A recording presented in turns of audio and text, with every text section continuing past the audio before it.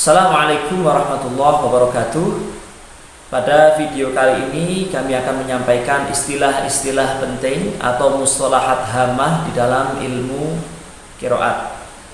Di antaranya ada istilah qiraat itu sendiri, ada istilah rawi, ada istilah thoriq, ada istilah wajah, dan istilah-istilah yang lainnya. Istilah-istilah ini penting untuk kita ketahui bersama untuk mempermudah pembelajaran kita selanjutnya terkait dengan usul qiraat atau kaidah-kaidah umum tentang qiraat. Yang pertama, ini ada istilah qiraah ya, atau istilah qiraat. Jika kita menjumpai istilah ini, maka yang dimaksud adalah sebuah bacaan Al-Quran yang dinisbatkan atau disandarkan kepada para imam qiraat. Sebagai contoh, jika suatu bacaan dinisbatkan kepada Imam Asim, maka bacaan tersebut disebut qiraat Asim. Ya.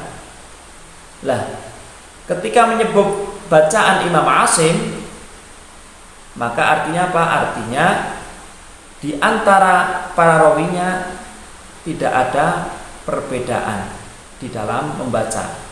Ya, artinya rawinya itu juga pasti mengikuti bacaan imamnya. Itu seperti itu. Yang kedua adalah riwayat atau ar-riwayah. Riwayat sendiri ini dipergunakan pada bacaan lafaz Al-Quran yang dinisbatkan kepada seorang rawi atau perawi dari imam qiraat. Sekali lagi, riwayah adalah bacaan yang dinisbatkan, yang disandarkan pada seorang perawi qiraat, atau dalam bahasa lain muridnya imam qiraat. Bacaan yang disandarkan pada rawi imam qiraat atau muridnya imam qiraat. Sebagai contoh, jika sebuah bacaan dinisbatkan pada Hafiz dari Asim, maka bacaan tersebut disebut riwayat Hafiz dari Imam Asim. Begitu juga jika suatu bacaan Quran itu dinisbatkan pada Imam Syu'bah atau rawinya Imam Asim, maka apa? Maka bacaan tersebut disebut riwayat Syu'bah dari Imam Asim. Ya, itu kayak gitu. Jadi saya perjelas kembali bahwa bacaan yang disandarkan, dinisbatkan kepada imam qiraat, maka disebut apa? Sebuah bacaan yang disandarkan kepada para imam itu disebut qiraah atau qiraat. Sedangkan bacaan Al-Quran yang disandarkan kepada para perawi imam itu disebut apa? Riwayahnya disebut riwayah. Selanjutnya ada juga istilah thoriq ya. Thoriq dipergunakan jika ada perbedaan bacaan suatu lafaz yang dinisbatkan kepada seorang thoriq dari para perawi.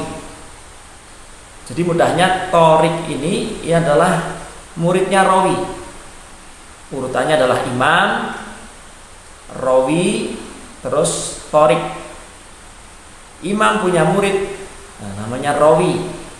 Rawi generasi berikutnya namanya apa? Namanya thoriq. Itu seperti itu. Sebagai contoh, jika suatu bacaan lafaz dinisbatkan kepada Imam Syatibi dari para perawi Hafiz, maka bacaannya tersebut menurut Imam Syatibi dari perawi Hafiz, kayak gitu. Jadi thoriq itu urutan yang ketiga. Selanjutnya ini ada al-wajhu ya, ada al-wajhu atau wajah.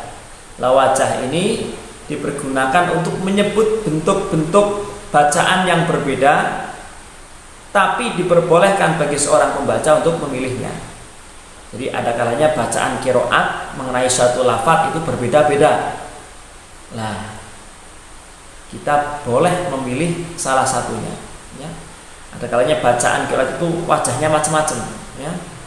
Cara bacanya macam-macam, tapi kita bisa memilih, boleh memilih salah satunya. Contohnya ketika membaca mad arif lis sukun, ya, mad arif lis sukun itu ada 3 cara membaca yang diperbolehkan. Pertama adalah dengan qasr atau pendek, yaitu 2 harokat. Kemudian cara yang kedua adalah at-tawassut atau sedang, yaitu 4 harokat. Cara yang ketiga yaitu dengan al-isba' atau tul, yaitu 6 harokat. Nah, kita boleh memilih salah satunya. Contoh lain adalah ketika membaca akhir surah Al-Anfal menuju awal surah At-Taubah. Ini juga ada beberapa cara. Yang pertama dengan saktah, ya. Yang pertama dengan saktah. Yang kedua dengan apa? Dengan al-qat'u.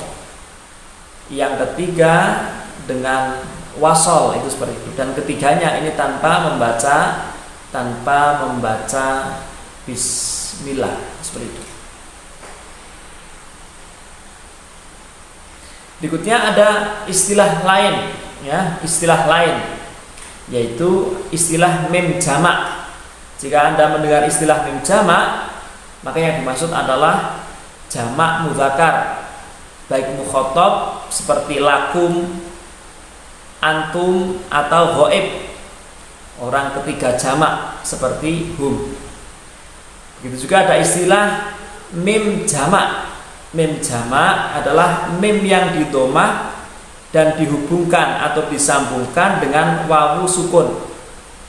Ya, mim jamak yang didhamah dan disilahkan maksudnya dihubungkan dengan wawu sukun. Contohnya gini,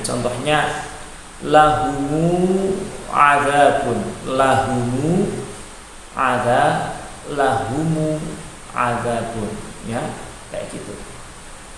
Berikutnya adalah ada istilah idgham kabir. Idgham kabir adalah peristiwa idghamnya huruf pertama yang berharokat atau hidup bergabung bersatu dengan huruf yang kedua, dan huruf kedua juga hidup, sehingga praktek membacanya menjadi huruf yang kedua itu ditasydid. Idgham kabir apa? Idgham kabir adalah ini peristiwa apa? Saya ulangi. Peristiwa idghamnya huruf pertama yang hidup menuju huruf kedua yang juga hidup, itu seperti itu. Lah, bacaan huruf yang kedua ini ditasydid. Contohnya ini. Ya'lamu ma. Mim yang pertama itu hidup berharokat dhammah, mim yang kedua hidup berharokat fathah. Nah, ini idgham, digabungkan. Maka bahasanya jadi ya'lam ma baina aydihim. Ya'lam ma, ya, itu seperti itu. Berikutnya ada idgham shaghir, yaitu peristiwa idghamnya huruf pertama yang mati ke huruf kedua yang hidup atau berharokat. Ya, idghamnya huruf pertama itu mati menuju huruf kedua yang hidup. Contoh apa? Min rabbika, dibaca mir rabbika, ya, itu kayak gitu. Berikutnya ada istilah hak al-kinayah, ya. Hak al-kinayah ialah hak tambahan yang menunjukkan mufrad mudzakkar ghaib atau orang ketiga tunggal, mufrad mudzakkar ghaib. Hak kinayah ini juga bisa disebut hak dhamir. Misalnya alaihi. Lah, hinya ini namanya hak kinayah. Ahluhu. Nah, ini hu-nya ini disebut ya apa? Ya kinayah. Yaitu apa? maaf, hak kinayah, yaitu hak tambahan yang menunjukkan makna mufrad, mudzakkar, ghaib atau orang ketiga tunggal. Itu kayak gitu.